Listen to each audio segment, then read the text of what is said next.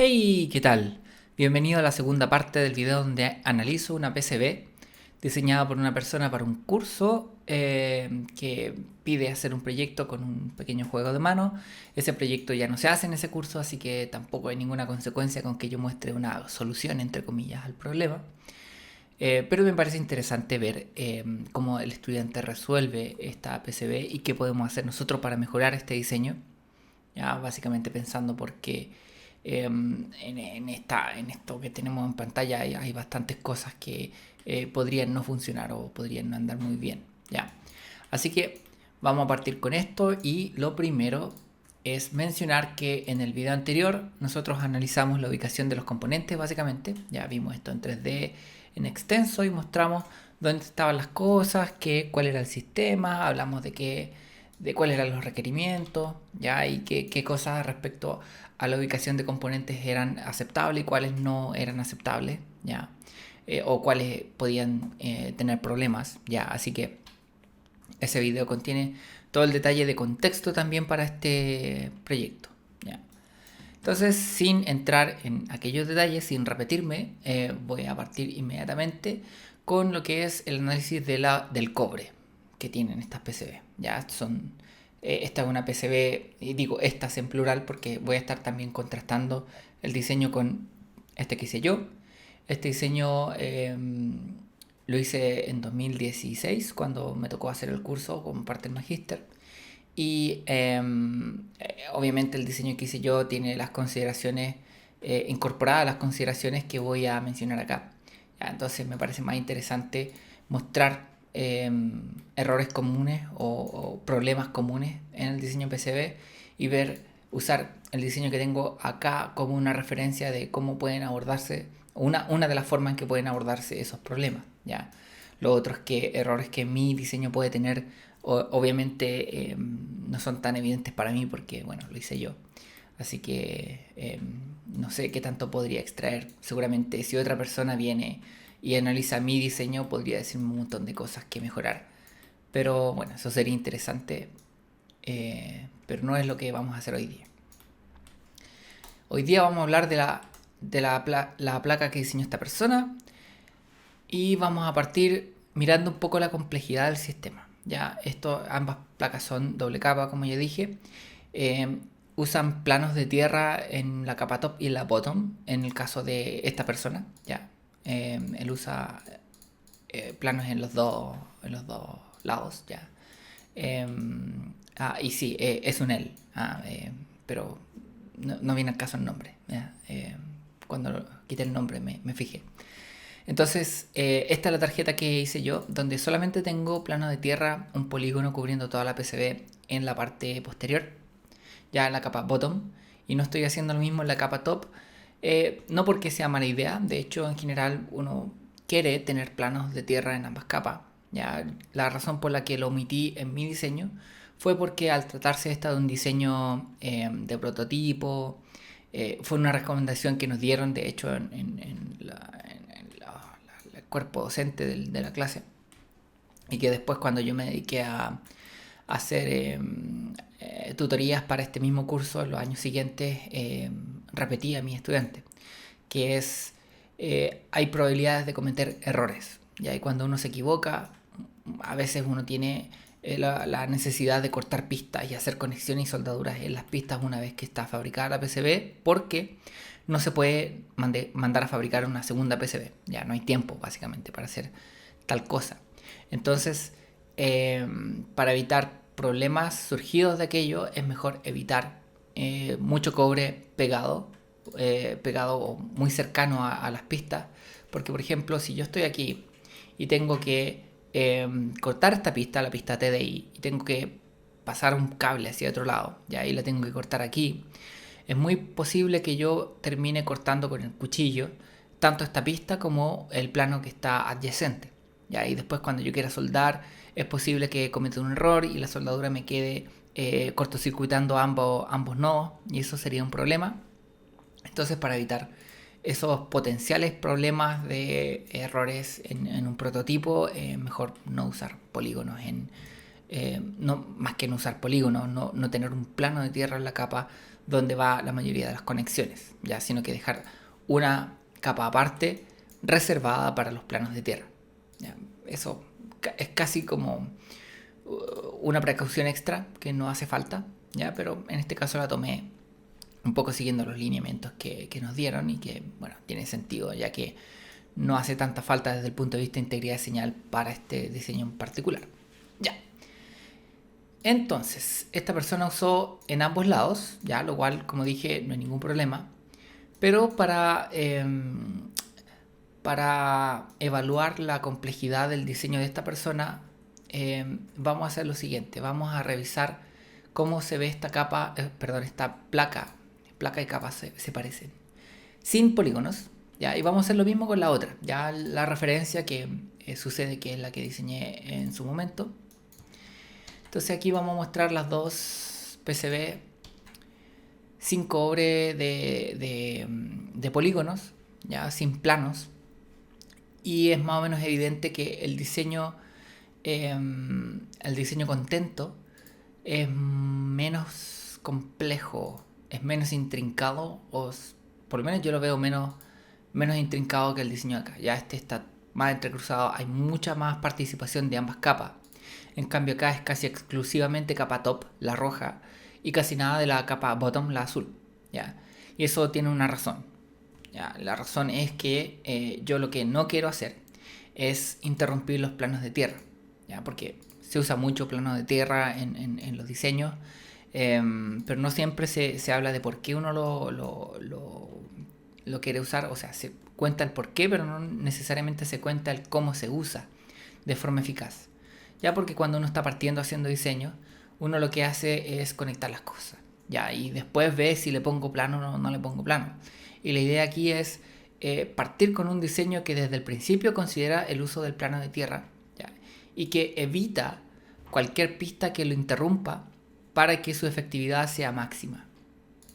Ya, entonces lo que pasa en el diseño de esta persona lo que hizo fue básicamente resolver el ruteo de su PCB completa usando pistas como las que están viendo en pantalla, y después agregó un plano de tierra, ¿ya?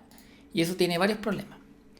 Un problema es que los planos quedan absolutamente interrumpidos. O sea, en la capa bottom, que es la que selecciona para su microcontrolador, no tiene vuelta. Ya aquí no hay un argumento válido que hacer para la existencia de este plano, porque la verdad está todo desconectado. Este es un pedazo de cobre grande que no está conectado con nada más excepto por esta vía. Ya, estos pedazos de aquí están como medio colgando.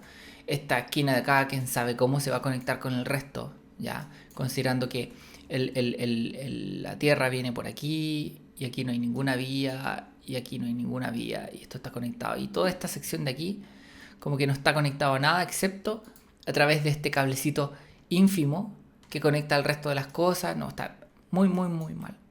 Entonces, lo primero que uno puede hacer aquí, una solución rápida si uno quiere, es en Altium, ya, hacer que el polígono, que el plano de tierra cubra todas las pistas que están conectando tierra, ya. Una medida mínima que uno puede aplicar.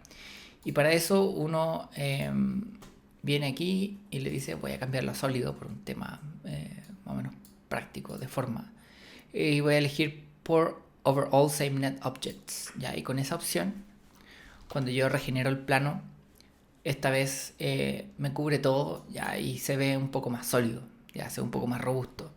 Lo mismo puedo hacer en la otra capa, ya, y puedo cambiar esa opción acá. Y ahora estas pistas que eran GND y que estaban separadas están incorporadas al plano de tierra, ¿ya? Entonces aquí hay un poquito más de cobre, ¿ya? Pero la verdad es que el problema con los planos en este diseño en particular es más profundo que eso. El tema es que, como está pensado en resolver todas las conexiones con pistas, hay pistas que están ahí que son absolutamente innecesarias, ¿ya? Entonces, por ejemplo, nosotros podemos ver que aquí hay toda una vuelta que hace la pista de BCC alrededor de este GND, ¿ya? Y esa vuelta de ahí existe básicamente porque aquí hay una pista de GND, ¿ya? Pero esa pista de GND no tiene por qué estar ahí, ya lo voy a eliminar. Y al no tener por qué estar por ahí, me evito esta vuelta ridícula que está ahí. Y yo puedo llegar aquí de esa forma, y puedo llegar aquí de esa forma, y tengo una conexión bastante más sensata, ¿ya? Otra cosa que me llama la atención, porque esta vuelta de aquí, ya, esta vuelta es fea y no aporta nada. Así que vamos a elegir esto y vamos a hacerlo un poco más bonito, porque la estética es parte importante del diseño también. Ya, si usted quiere estar orgulloso de su diseño, espero que sea un diseño que se vea bien también. Ya. Que seamos ingenieros no quiere decir que no nos importe la estética o cómo se ven las cosas. Así que, por ejemplo, ahí hay una conexión un poco más bonita de lo que había. Ese ángulo agudo era bastante feo. Esto de acá no tiene sentido alguno, estas conexiones a GND. De nuevo estamos usando pistas para conectar los GND, que es absolutamente innecesario, ¿ya? Entonces la pregunta es, ¿cómo se hace esto?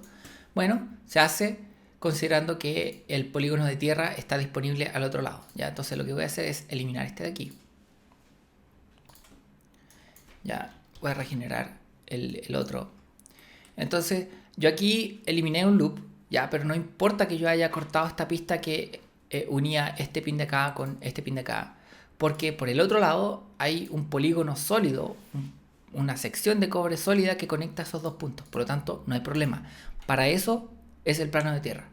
Ya, así yo me estoy ahorrando en esta capa de acá todas las conexiones de GND, básicamente todas me las estoy ahorrando. Ya, lo que uno hace en general es esto: salir desde el componente con una conexión a GND y con una vía.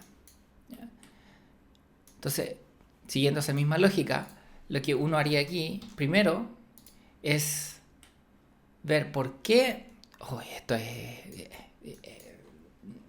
Me supera en algunos momentos, pero este es un pin de GND del microcontrolador. Ya, es el camino de retorno para ese pin. Ok, perfecto. Que también es el mismo, este otro pin del microcontrolador. Esta pista viene por aquí, viene por aquí, viene por aquí, viene por aquí, atraviesa por acá y aquí llega a GND. ¿Por qué diablos esta pista se iba a demorar tanto en llegar a GND cuando perfectamente podríamos haber eliminado esta pista por completo y habernos conectado al plano de GND que hay en la otra capa aquí? ¿Ya? Y eso es mucho más corto. Entonces, por ejemplo, aquí uno hubiese podido hacer algo así como esto, ya, correr un poco las cosas para, a ver, lo eliminé, no, correr un poco las cosas aquí para hacer espacio. Ya, vamos a hacer un poco de espacio aquí. Voy a poner eso ahí.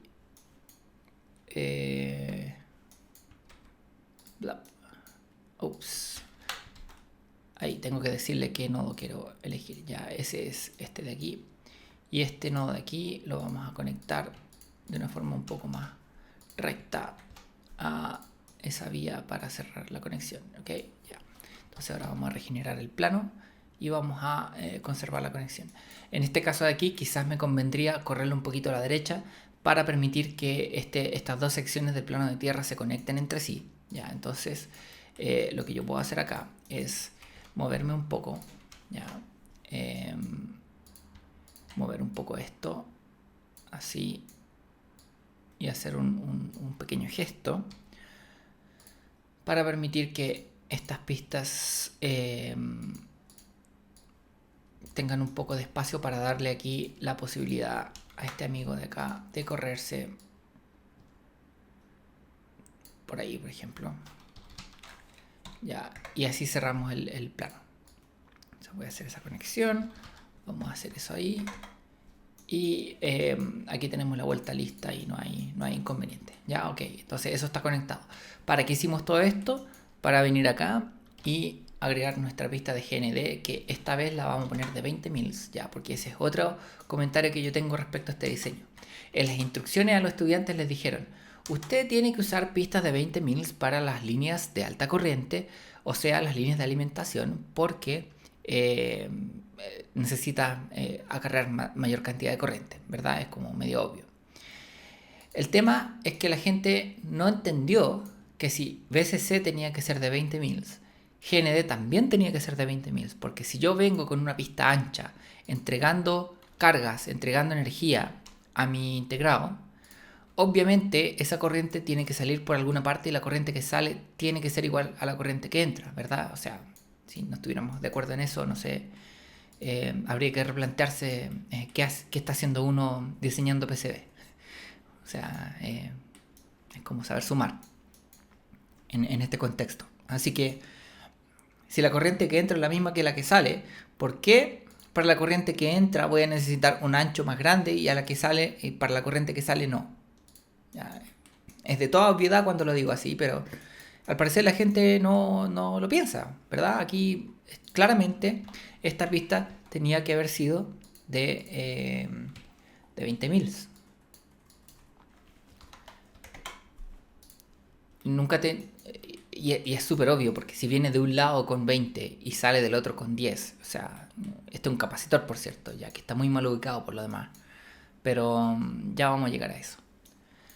Así que aquí, ok, hicimos una conexión y ahora nos ahorramos una pista que se venía para acá muy lejos y tenemos el problema de que este amigo de acá quedó sin conectar. Esta vía no nos sirve de nada, ya. Entonces lo que podemos hacer aquí es conectar esto aquí, ya estamos con 20 mils, perfecto, hasta ahí. Y aquí llegamos con una vía y perforamos y conectamos a tierra. Ya entonces en el fondo el mensaje aquí es: el plano de tierra tiene que estar ininterrumpido de forma tal de que cada vez que yo necesite conectarme a GND, mi acción sea tan sencilla como tomar una pequeña pista, salir del pad y poner una vía. Y se acabó el problema. Entonces me ahorré todo el dolor de cabeza que significa recorrer la PCB con una pista de GND. ¿Ya? Eso resuelve un montón de problemas y es la razón por la cual nos encanta tanto usar planos de tierra. Ahora, eso tiene un costo. El costo es que tenemos que preocuparnos de que este lado de acá no esté interrumpido. ¿Ya? Entonces, por ejemplo, eso es lo que explica por qué en este diseño, que es el diseño mío, básicamente todas las pistas están en la capa top, que es la capa que tiene el microcontrolador, y la otra capa no tiene casi nada. Ya no tiene casi nada porque, bueno, está lo mínimo necesario para el funcionamiento y está hecho con mucho cuidado de no partir por la mitad ni interrumpir en una forma significativa el plano de tierra. Quizás esto que está en la parte inferior derecha es lo más disruptivo del plano, pero aparte de eso está más o menos sólido. O sea, siempre hay alternativas. Quizás este subpolígono de acá, cuya intención es distribuir 3.3 volts al microcontrolador, es una disrupción más o menos grande, pero de nuevo no necesariamente es tan grave porque hay polígono de tierra, plano de tierra que pasa por ambos lados y rodea a toda esta estructura. Ya, de hecho, esta pista de acá, que también la tuve que agregar, me preocupé de que fuera lo más corta posible para dejar este espacio sólido de cobre para que la sección de acá tuviera una conexión robusta al resto de la tierra del sistema. ¿Ya? Así que ese es como el contraste con lo que está en el otro diseño. Entonces, si nos fijamos, igual no son tantas las pistas que están por la capa top, a pesar de que cuando lo vimos al principio parecía un desastre. ¿Ya? Y eso es porque hay muchas de esas pistas que eran tierra, ¿verdad? Y ahora cuando las sacamos, nos damos cuenta de que cuando sacamos el polígono, nos damos cuenta que ahí están todas estas conexiones que eran de tierra, que las podemos eliminar perfectamente y ya se nos está haciendo un poco más sencilla la PCB. ¿Okay? Entonces, eso desde un punto de vista general. ¿Ya?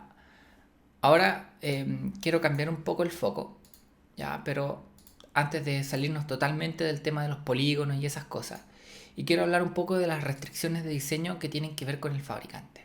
¿Ya? En general, cuando uno fabrica una PCB,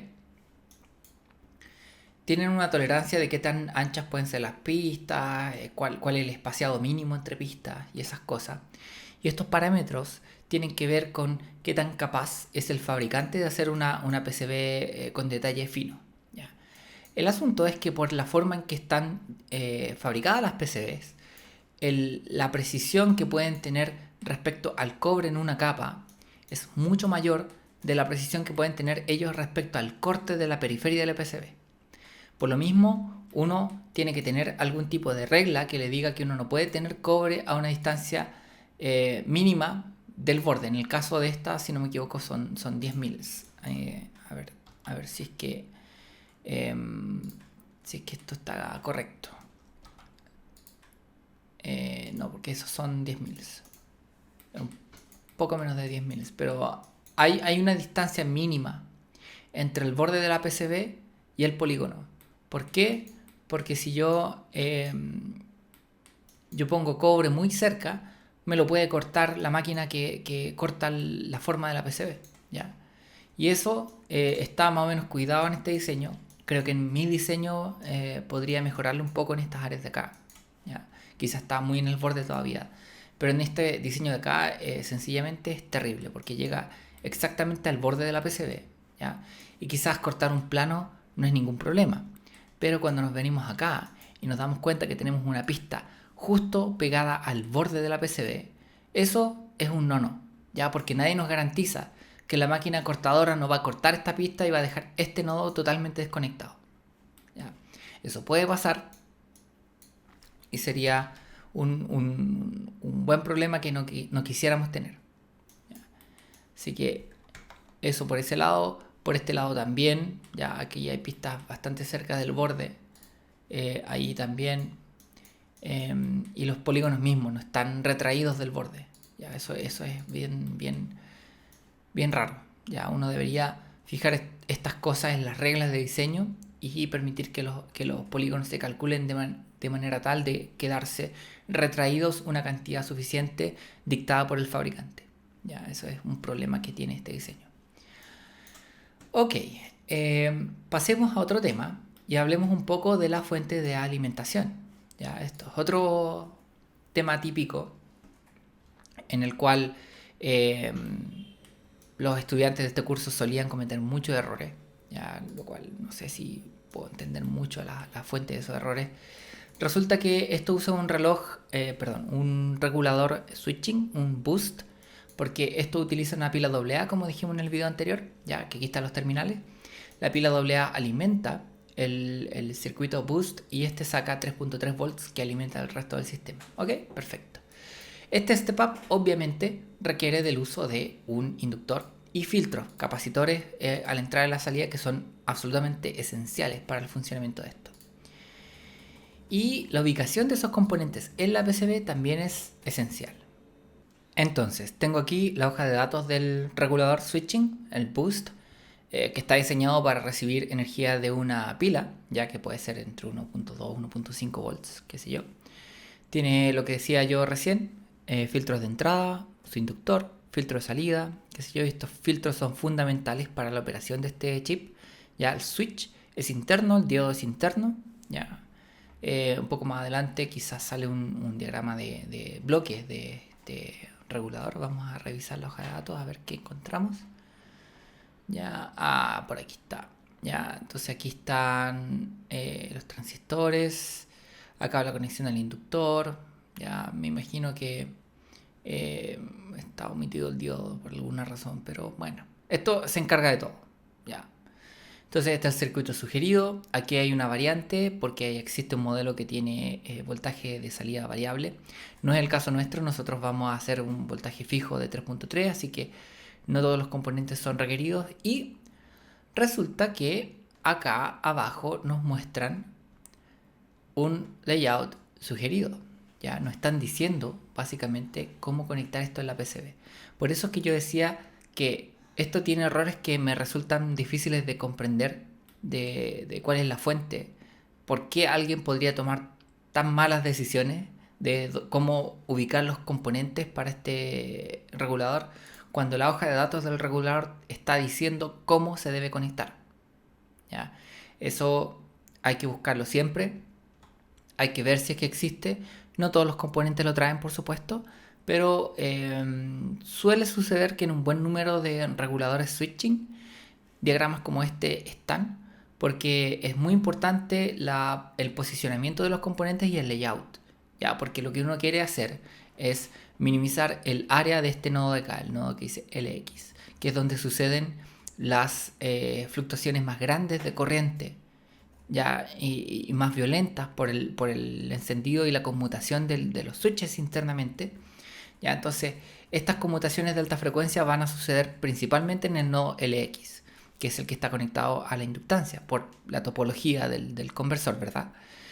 Y esto va a tener como consecuencia alta emisión si es que estos loops son muy grandes. Por lo tanto, uno ve aquí el diseño de este layout y uno ve el componente con el encapsulado y esta la patita con la entrada de voltaje, acá está la salida y se ve como uno por un lado tiene loops o ciclos muy estrechos, muy cortos, muy apretados para la circulación de corriente de alta frecuencia. Ya este filtro capacitor también tiene una cantidad de corriente de alta frecuencia pasando a través del tanto esto como este inductor.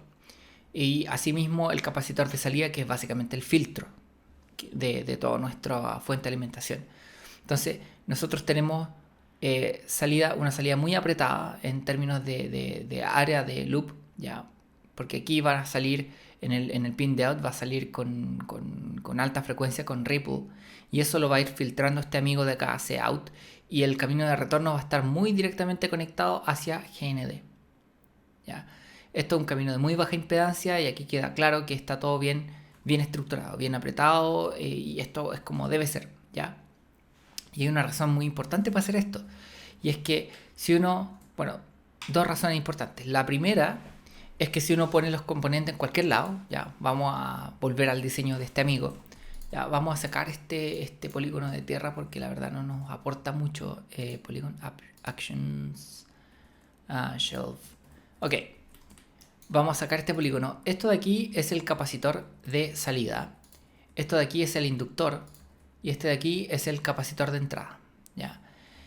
Si uno tiene estas conexiones muy lejas unos de otros, uno está teniendo áreas muy grandes, ¿ya?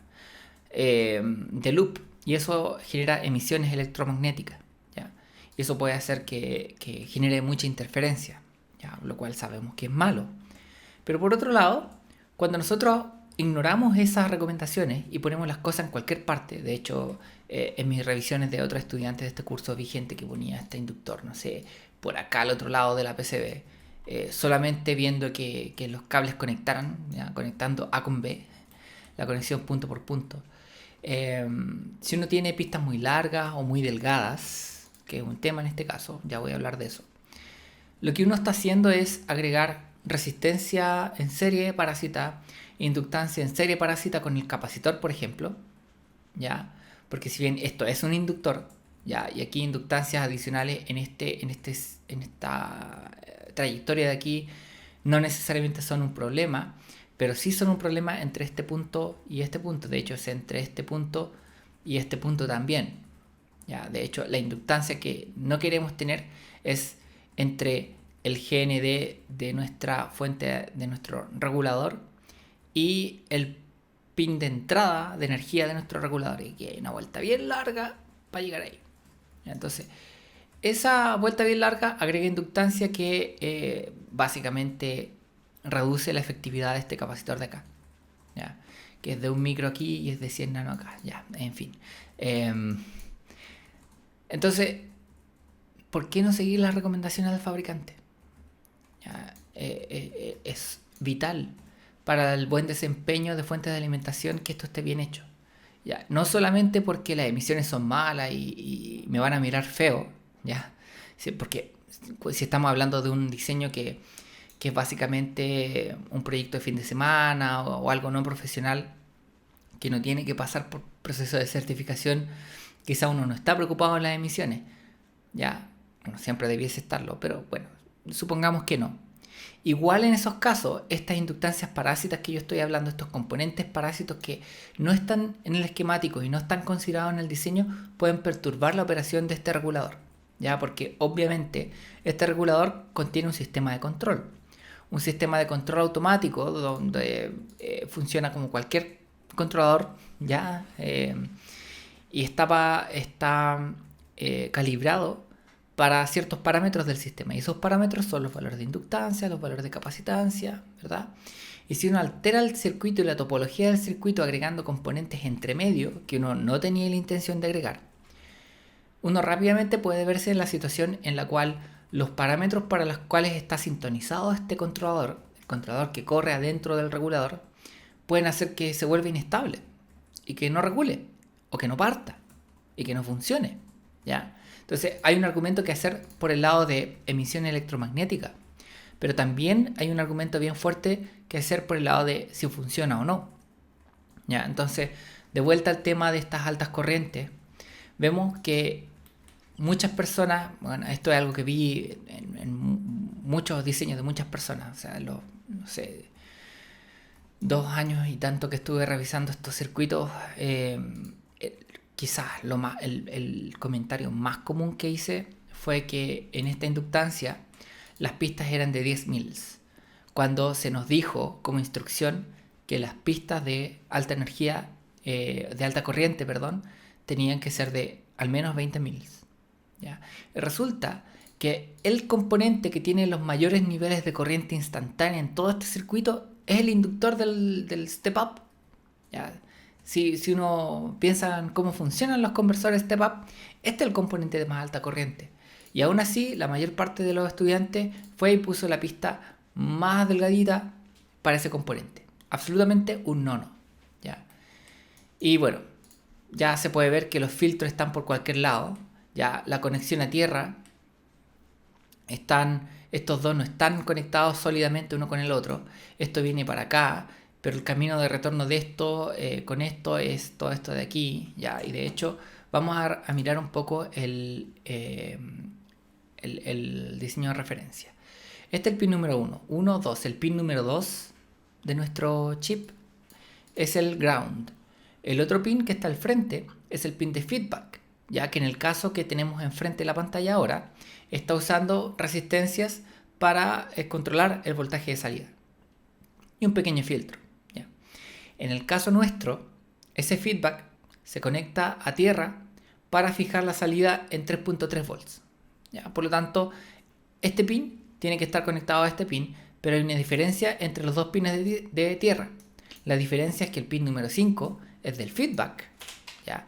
Y el pin número 2 es el pin de alta corriente, que es el camino de retorno para el circuito de potencia.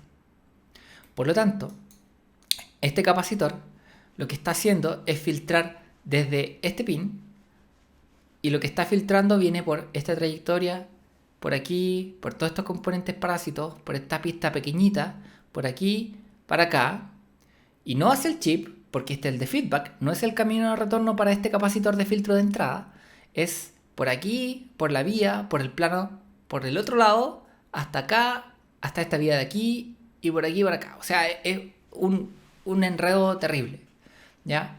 Este capacitor de entrada debiese estar conectado aquí, pegado al chip, con un camino directo, sin interrupciones, al GND en la misma pista, o sea, perdón, en la misma capa, ¿ya? De hecho, uno trata de rutear estas fuentes de alimentación, estos reguladores, con todas las pistas de potencia, todas las conexiones de alta energía en la misma capa.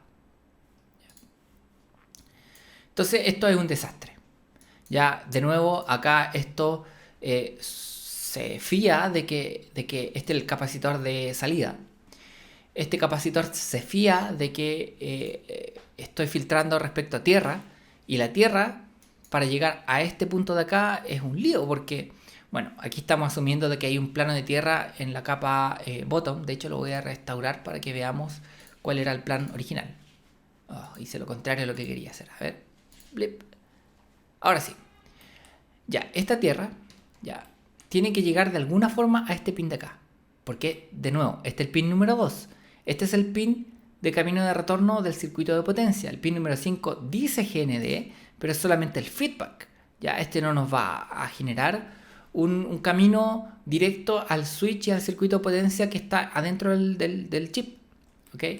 Entonces, esta tierra tiene que darse la vuelta por aquí. No, por aquí no, porque aquí hay un camino punto muerto. No, tiene que darse la vuelta por aquí, por esta pista de aquí, por acá, hasta acá. Uf, por fin llegamos al otro lado. Ok, llegamos al otro lado. Fantástico. Al otro lado venimos por aquí y pasa por aquí, entre medio, caminando de ladito, entre medio de las dos paredes, pasando por aquí, hasta uno de estos pines. A ver, vamos a volver acá. Claro, pasa por aquí y llega aquí hasta esta vía de acá. Perdón, esta vía de acá y esta vía de acá recién nos conecta con el pin de GND. O sea, es una vuelta increíblemente grande, increíblemente mal planificada para este chip. Ya, así que aquí hay un buen ejemplo de lo que no hay que hacer cuando uno está diseñando convertidores switching. Ya, muy mal este diseño. Probablemente esta persona tuvo problemas y si no tuvo problemas o si le funcionó, creo que fue muy afortunado. Como referencia veamos qué fue lo que hice yo en su momento, ¿ya? Lo que hice fue poner, 1.5 volts, la pista más gruesa de todas, porque es la que acarrea más corriente, ¿ok? 1.5 volts llegan hasta esto, este es el inductor. El inductor entre el pin de nodo LX y... el de Vin, el pin número 1, y el pin de LX, que es el nodo switching, que lo marqué como SW node. Entonces, aquí está el inductor. Este es el filtro de entrada que está conectado de forma directa con el pin de GND de potencia. Y ya que estamos aquí, hicimos una buena conexión para el pin de feedback. Ya, no tenía por qué ser tan crítica esa conexión, pero ya que se podía, lo hicimos.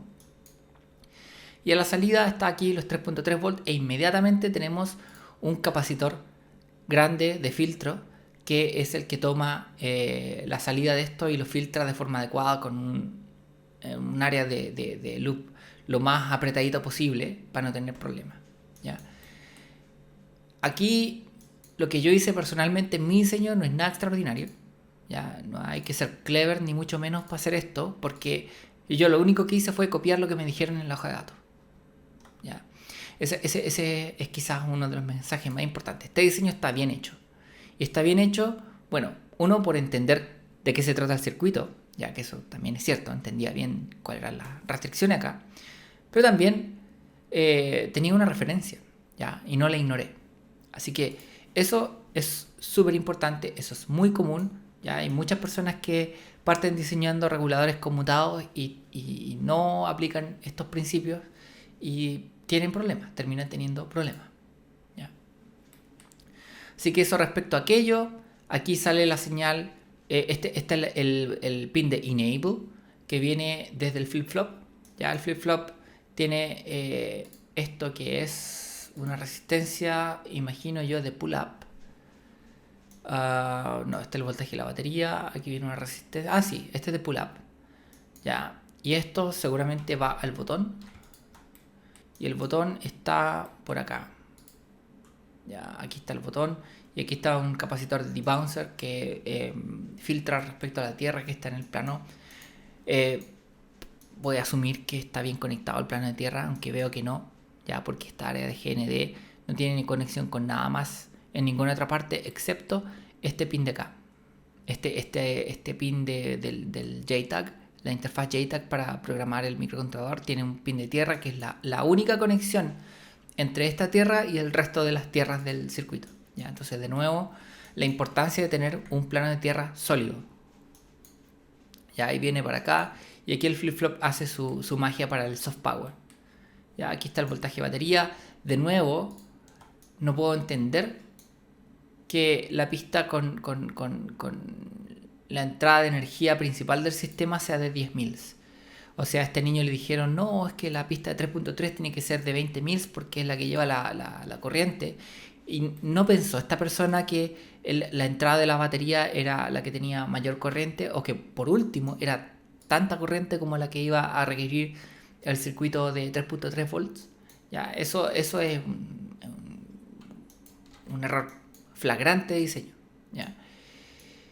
Y bueno, ya que estamos aquí, podemos mencionar algunas otras cosas que quizás son más de estilo, ¿ya? Porque igual me he centrado bastante en temas funcionales, pero de nuevo, las conexiones con ángulos agudos no nos gustan.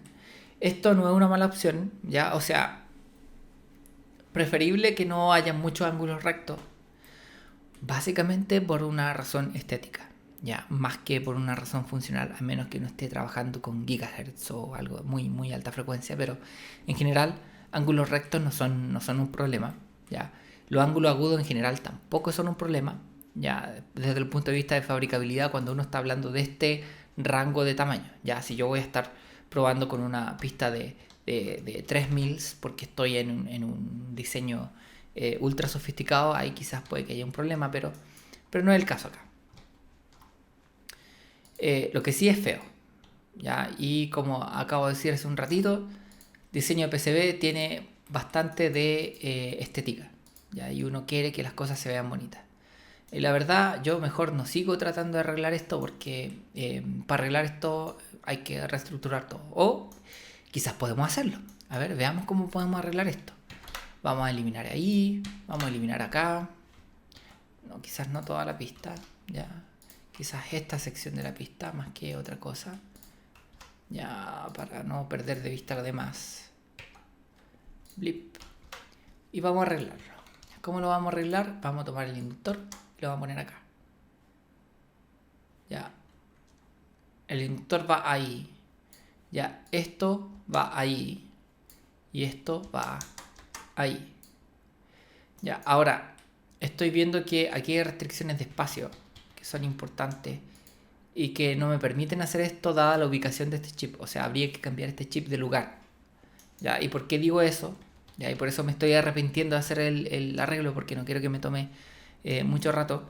Porque hay que recordar que en la PCB hay que dejar espacio para el holder, que este plástico, y este plástico me va a tapar todo lo que está en esta área. Entonces yo no puedo correr la inductancia más allá de esta línea blanca. ¿Ya? Si yo voy y la pongo al lado derecho de mi regulador, me voy a pasar para acá y va a ser un problema. Entonces lo que hay que hacer aquí es correr todo, en el fondo, reestructurar esta sección completa. Y no creo que sea muy divertido mirar cómo pasa eso, sobre todo porque ya vimos cómo se ve un layout aceptable para este circuito. ¿Ya? Ok, desde el punto de vista estético, esta vuelta es bien innecesaria. Ya, esto es nada más que estética. Eso se puede arreglar, son vueltas que están innecesarias. Esto también está innecesario. O sea, nadie dice que no puedo llegar recto aquí. Respecto a la distribución de energía, es importante ver cómo se planifica esto. ¿Ya? Y la verdad es que aquí no sé si estoy muy contento cómo funciona, porque aquí tengo la salida. Supongamos que está bien hecho y que tengo 3.3 volts acá. Los 3.3 volts vienen por esta pista, ya, y se distribuyen primero hacia el backlight del LCD. Ya, estos pines son el ánodo y el cátodo de los LED de backlight. ¿Ya? Entonces yo lo que tengo aquí es una resistencia y otra resistencia limitadora para los LED. ¿Ya? Y esta pista de acá es la que conecta la salida de eso hacia tierra a través de un MOSFET, que es este que está acá. ¿Ya? Este circuito es el circuito que vimos acá, ¿ya? Donde acá está el MOSFET, acá llega la señal de PWM y este nodo de acá es el que viene desde los LED en el backlight del LCD. ¿Ya? Y estas resistencias que mostré recién son estas de acá, que limitan la corriente y son de 25 ohms porque es el valor adecuado para este diseño. ¿Ya? Ok. Comentario respecto a este circuito. Este es un circuito de alta energía, de alta corriente, y por lo tanto no se entiende por qué este nodo es de 10 mils y este otro es de 20. O sea, este debería ser de 20 mils al igual que el otro. ¿Ya? Y este también, por supuesto. ¿Ya? El camino de la corriente es desde los 3.3 que están aquí, y que por alguna razón esto está chueco, se ve horrible eso. Acá, oh, tampoco se ve muy bien. Porque tiene que salir del centro. De nuevo, estética. Razones estéticas. Yo no sé lo que le pasa al Altium aquí. Pero ahí salió del centro. Ok, tenemos el VCC. Lo mismo acá. Pasa por la resistencia de 25 ohms. Sale por acá la corriente. Y esta misma corriente, alta corriente, viene por aquí, que esta debiese ser una pista ancha. Y pasa por el MOSFET desde el drain al source, que está conectado al pin número 2. Y ese va a tierra a través de una pista que también debería ser ancha. ¿Ya? Lo único que no tiene por qué ser ancho es la conexión al gate, que es el pin número 1, que tiene ahí su resistencia en serie y que viene desde el microcontrolador. ¿Okay? Pero nosotros estábamos hablando de la alimentación. ¿Ya? Entonces la alimentación viene por aquí, alimenta este chip que, si no me equivoco, es la FRAM, ¿ya? Con un capacitor de desacople que tiene el VCC al lado del pin, pero la tierra, quién sabe cómo diablos llega desde aquí hasta el pin número 4, que es el que tiene que filtrar. Pasa por aquí, llega a la compuerta NAND, que de nuevo tiene un capacitor de desacople que quién sabe cómo diablos llega desde el pin GND hasta el pin número 7, que es el que tiene que filtrar. Es como por aquí, para acá, pero aquí está medio cortado, entonces tiene que darse la vuelta por acá, por aquí, por acá, por acá. Bien terrible. Llega este pin de acá, que se supone que son alternativas de conexión para alimentación, ¿ya? Y aquí primero estamos insertando todas las altas frecuencias del backlight, del PWM del backlight. Estamos insertando ruido en la fuente de alimentación. Aguas arriba, ¿ya? Aquí parte. Y esto es aguas arriba del microcontrolador. El microcontrolador está mucho más abajo, ¿ya? Y recibe toda la interferencia generada por mi PWM del backlight, ¿ya? Eso es mala planificación.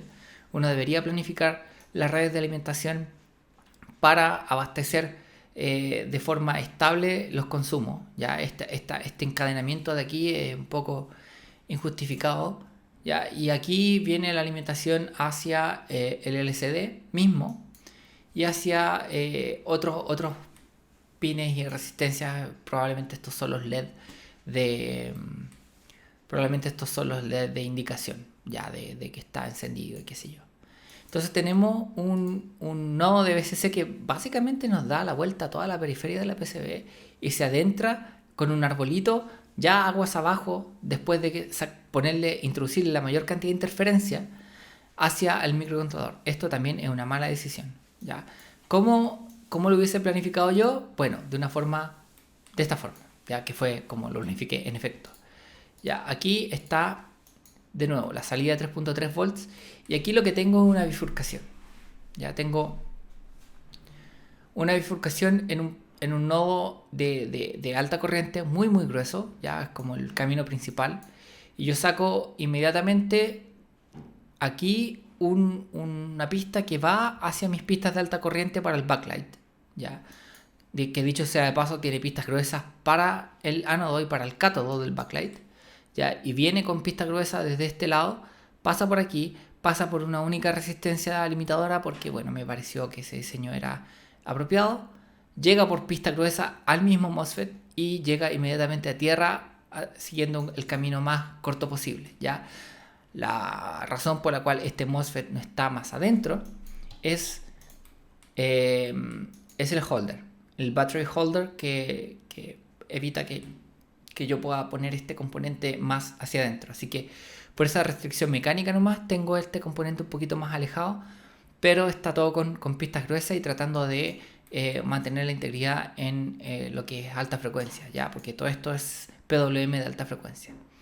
Entonces, eso pasa aquí muy cerca de la salida del regulador, ¿ya? Es decir, yo no tengo esto de que después de que pasa la perturbación más adelante tengo mi otro consumo, sino que básicamente del mismo origen saco una pista hacia un consumo, otra pista hacia otro consumo, otra pista hacia otro consumo, ¿ya? Este consumo de acá es el principal que va al microcontrolador, ¿ya? Aquí por razones de ruteo la forma más eficaz de llegar al microcontrolador era a través de estos pines, ¿ya? Entonces si ustedes quieren desde el punto de vista de intervenir la señal en el camino hacia mi microcontrolador, tengo una perturbación que es el LCD, ¿ya? Pero hay que convenir que la perturbación del LCD es órdenes de magnitud menor que lo que es el PWM del backlight, ¿ya? Esto es mucho mayor porque son varios hartos miliamperes, 80 miliamperes por ahí. En cambio, el LCD por su naturaleza es muy poca la energía que requiere. Entonces, esto no nos va a generar tanta interferencia y tenemos acá una conexión al polígono que está en la capa bottom, que es para distribuir los 3.3 volts en nuestro microcontrolador. Ya, entonces voy a dejar de destacar para que se vea la cara de felicidad de nuestro microcontrolador, que está muy contento porque está recibiendo energía a través de sus 4 pines de alimentación, estos de aquí, de forma directa desde el polígono que tenemos en la capa bottom, ¿ya? Pero además está contento porque inmediatamente al lado tenemos los pines de tierra que están conectados con una vía muy rápidamente hacia el plano de tierra, que es sólido, y con capacitores de desacople que están lo más cerca posible de ambos pines, de manera de minimizar esta área de loop, ¿ya? Obviamente no en todas partes se puede hacer así. Aquí tuve que correrlo un poquito para el lado, pero es más o menos la misma idea. Acá el concepto es más o menos parecido, ya está aquí justo al lado, aquí quedó como súper bien.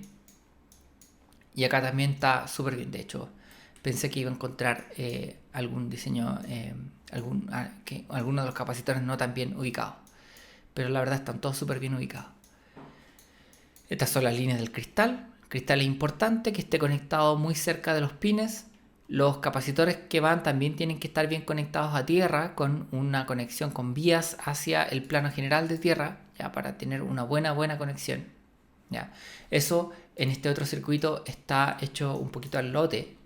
Ya tenemos aquí una conexión de tierra que va como por alrededor, no es un plano, y está, ya no podemos decir que no está, pero por ejemplo esta tierra está un poquito colgando, como que no sé si el diseño más elegante. O sea, uno podría preguntarse inmediatamente por qué esto no está así, ya, cuando las pistas aquí son mucho más cortas, ya, que fue lo que se hizo acá y lo que mucha gente hizo en este diseño, ya. Así que eso también es un tema a revisar. Ahora, en la conexión de este cristal en particular, creo que quizás es más fea que poco funcional. Probablemente hubiese preferido que las tierras de los capacitores hubiesen estado mejor conectadas unas con otras, ¿ya? Porque por ejemplo acá están juntas en vez de una al lado de la otra, pero no necesariamente van a significar un problema, ¿ya? Desde el punto de vista del desacople, de los capacitores de desacople, de nuevo tenemos el mismo problema de que esta persona no entiende que la conexión de GND es tan importante como la de BCC, y por lo tanto si esta es gruesa, esta debe ser gruesa. Este capacitor está bien ubicado, ya está súper bien ubicado. Lo que no está bien ubicado es el camino de retorno de esta tierra, porque se da una vuelta súper larga hasta esta vía de por acá, que está casi al otro lado de la PCB, para llegar al plano, ¿ya? Aquí esto es tan sencillo como poner una vía ahí. Listo, se acabó el problema, ¿ya? Y no había que sufrir llegando con esta pista a quién sabe dónde. Esto quedó bien feo por lo demás.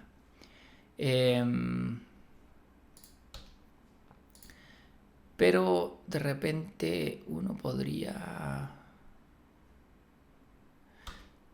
puede aquí perfectamente deshacerse de esto, ¿ya?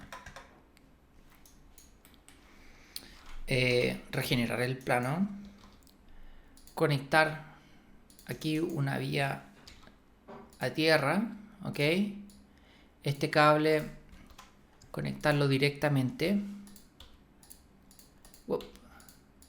al que venía de acá, y este es absolutamente innecesario. De hecho, esta vía deja de ser necesaria y voilà, nos ahorramos un corte en el plano de tierra del otro lado, ¿ya?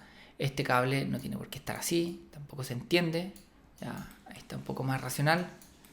Esta conexión bifurcada también es un problema, o puede ser un problema, ¿ya? Aquí hay también otro tema de planificación.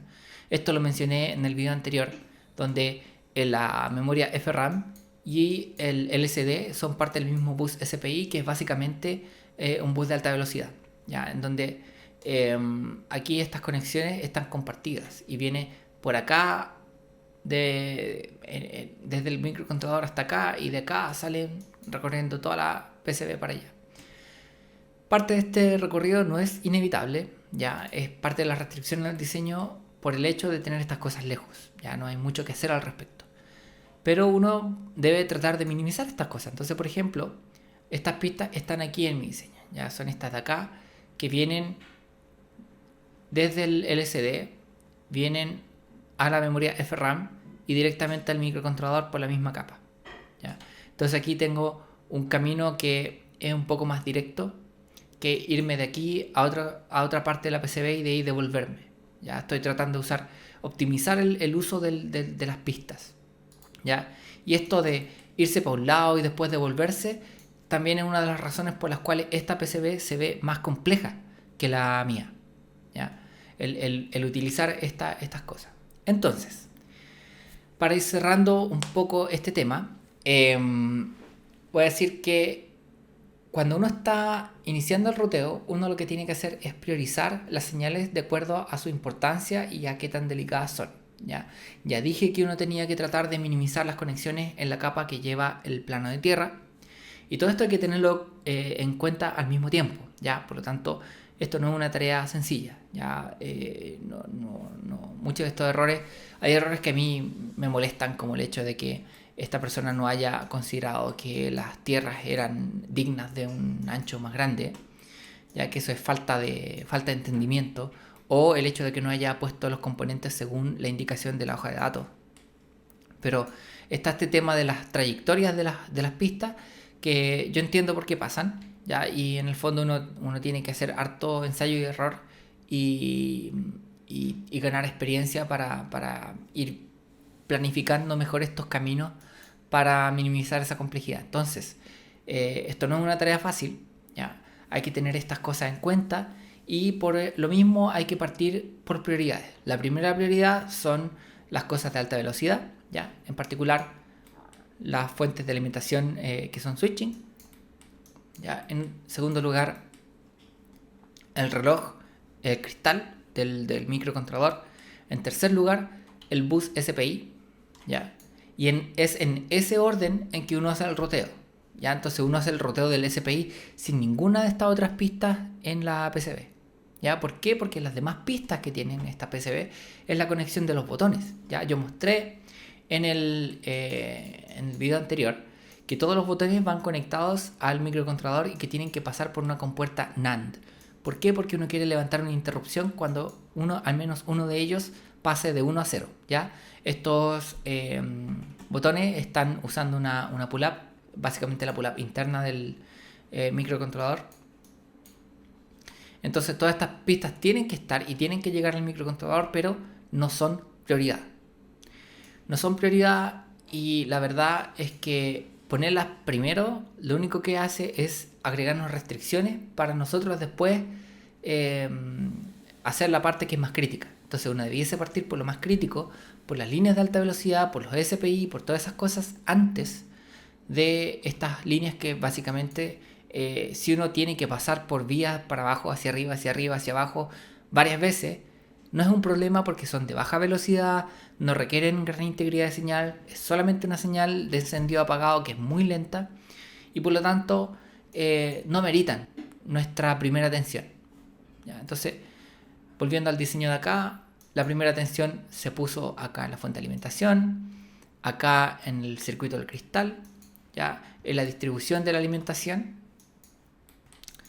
y después en el SPI, ¿ya? Que es esto de acá.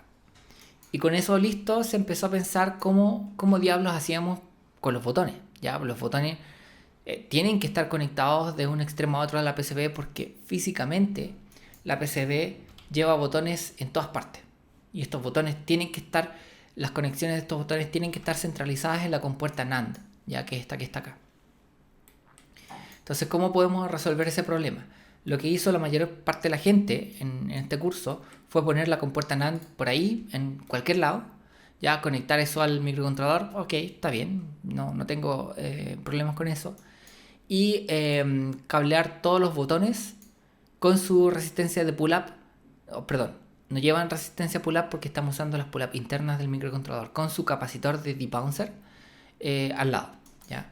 Y eso genera layouts como este, en donde tenemos aquí los capacitores al lado de los botones, ¿ya? Y eso, el tener que llegar con estos capacitores aquí implica una cantidad extra de pistas, ¿ya? Que podrían ser ahorradas si uno los compacta, ¿ya? ¿Y cómo puedo compactar estas cosas en el diseño que sé yo? Bueno, a través del uso intercalado de los componentes. Ya, este es un truco que a mí me encanta usar, en donde básicamente tomo un chip, ya, si se fijan aquí están las líneas absolutamente juntas y alineadas en la misma capa con todos los botones hacia el microcontrolador, ya, todo derechito. Acá viene la conexión hacia los capacitores de debouncer. ¿Por qué? Porque cuando uno está haciendo capacitores de debouncer, lo que quiere filtrar es la señal que está cerca del microcontrolador.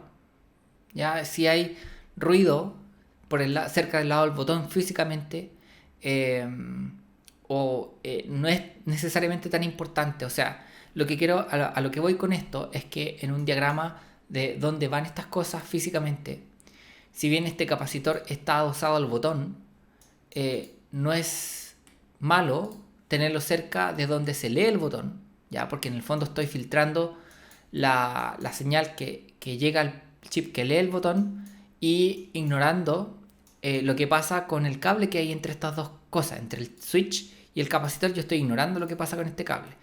Y este cable puede ser largo, puede tener resistencia, puede captar señales de interferencia de otra cosa. Pero si el filtro yo lo tengo cerca de mi lectura, entonces yo voy a estar filtrando bien, ¿ya? Si yo tengo mi capacitor cerca del botón y tengo esta línea de transmisión, digamos, hacia mi punto de lectura, uno puede ver que en la práctica da lo mismo, ya, quiero ser bien claro, en la práctica da lo mismo, pero uno puede imaginarse que de existir señales que degraden la integridad de la forma de onda de nuestro botón, se pueden introducir entre el capacitor y el pin que lee el pin, el pin que lee la lectura del botón, el pin que lee el pin. Ya, entonces no sé si se entiende eso, ya que poner esto cerca de el destino puede ser incrementalmente mejor, aunque en la práctica viene a dar lo mismo. Pero en términos de espacio es súper conveniente. ¿Por qué? Porque yo puedo sacar estas pistas e intercalar los capacitores de esta forma, ¿ya? Ponerlos en zigzag y así los compacto todos juntos. Aquí tengo la conexión a tierra de los capacitores, ya, aquí hay vías para aquello. No podía poner las vías más arriba por el tamaño de las vías, ya. A nosotros se nos dijo cuál era el tamaño de vía permitido para esto y no podía ser más pequeño que esto, ya. De hecho tenía que ser de este tamaño y no otro.